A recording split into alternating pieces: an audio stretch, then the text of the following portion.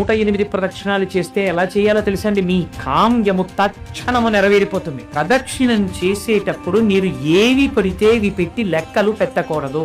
పెమ్మతో గీతలు పెడుతుంటారు, శాస్త్రము నిషేధించింది, అలా చేయకూడదు. మిరియాలతో లెక్క పెట్టకూడదు, అటు ఎందు ఉగ్రత ఉంటుంది, అందుకని మిరియాలు లెక్కకి తేకూడదు. ఇలాంటి రోజులు చేస్తే స్నానం చేసి మీరు సంధ్యావందనం ఇంటి దగ్గర చేసుకుని మీరు వచ్చేటప్పుడు పువ్వులు తెచ్చుకోవాలి. పువ్వులతో లెక్క పెట్టుకోవచ్చు, వక్కలతో లెక్క పెట్టుకోవచ్చు. 108 వక్కలు లెక్క పెట్టి తెచ్చుకుని మీరు ప్రదక్షిణం చేసేటప్పుడు ఒక్కొక్క వక్కట్లు పెడుతున్నారనుకోండి, పరమ పావనం అయిపోతుంటుంది మీ ప్రదక్షిణ. పుష్పము కానీ వక్క కానీ హనుమకి ప్రదక్షిణం చేసేటప్పుడు వాడి ప్రదక్షిణం చేస్తే అది పరమ శాస్త్రీయమై దిగునీకృతమైనటువంటి ఫలితాన్ని ఇస్తుంది. 108 ప్రదక్షిణాలు చేస్తే ఎలా చేయాలో తెలుసండి. మీ కామ్యము తక్షణము నెరవేరిపోతుంది. ప్రదక్షిణం చేసేటప్పుడు మీరు ఏవి పడితే ఇవి పెట్టి లెక్కలు పెట్టకూడదు.